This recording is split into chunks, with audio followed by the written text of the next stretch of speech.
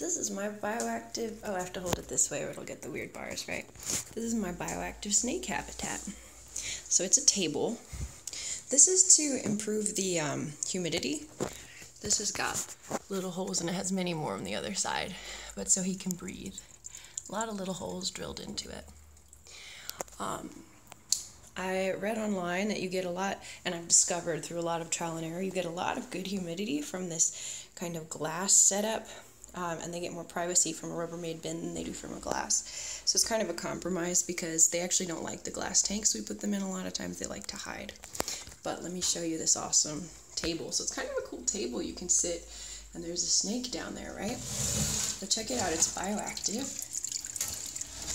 I've got this money tree in it. And money trees are safe for snakes and humans. They actually make edible pieces, edible nuts. So they're actually edible. So here's my money tree. Here's a little hidey hide for him. I don't know if you can see it, but it's in there, so he can hide in there if he wants. It's actually quite nice. And he's got a little waterfall here. I used this bag to make him a soaking bin, so he can soak himself completely without drowning the plant. And the plant has a very strong base.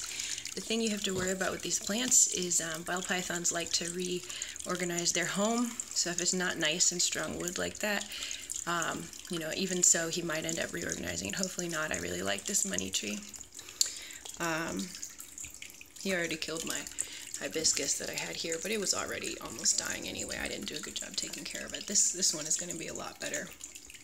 And the humidity keeps this very moist, so that's one danger is making sure that stuff drains. So I'm not going to water it terribly often because I don't want it sitting in wet. But yeah, that's his little home. I got this waterfall on Craigslist actually. It's got some filters in it, so you can see. The rocks actually act as kind of a mechanical filter, and then it's got actually 2 carbon filters there as well. Putting the lid on keeps it from spraying too far and bothering him. And I put a rock on top of the lid because I didn't think it was strong enough without it. He's been much happier. I reorganized this box because he didn't seem like he was having fun. He didn't seem like he was getting to eat. He was eating well. And of course I have his heat up here. So unlike some of my other lizards, or sorry, reptiles, these guys need a ton of humidity and a lot of, so obviously he's got to have a hot side, kind of a cooler side. He's got some shade here, and he's got his little plant. And the temperature difference between the two is actually really significant when you feel it.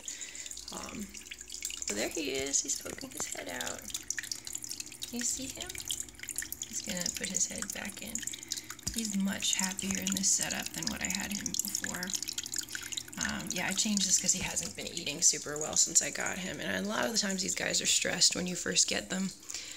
But I think we can do better. So yeah, that's my bioactive snake habitat. And if I'm ever starving or dying, I can eat the money tree. So in some ways it's kind of, not aquaponics, but you know, sustainable. He's growing me a money tree.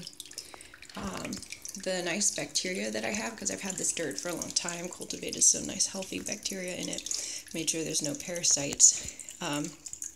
So that bacteria can help break down any poo he has, although he hasn't had any waste because he hasn't been eating very well. So we're going to improve that with a happier hideout, better humidity. It's usually recommended to have like a hygrometer and a thermometer for these guys too. Let me put the glass back on here. It's a little hard for me. There we go. Oh, don't want to crush that leaf. Sorry, little leaf. There you go. Now the money tree may grow a little bigger, and I might like find a way to cut a hole in the glass or something, but for now, it's really good. If you have recommendations for another kind of short bush that doesn't grow too big, that I can keep for him, that's also edible, because I don't want to grow anything that I can't eat.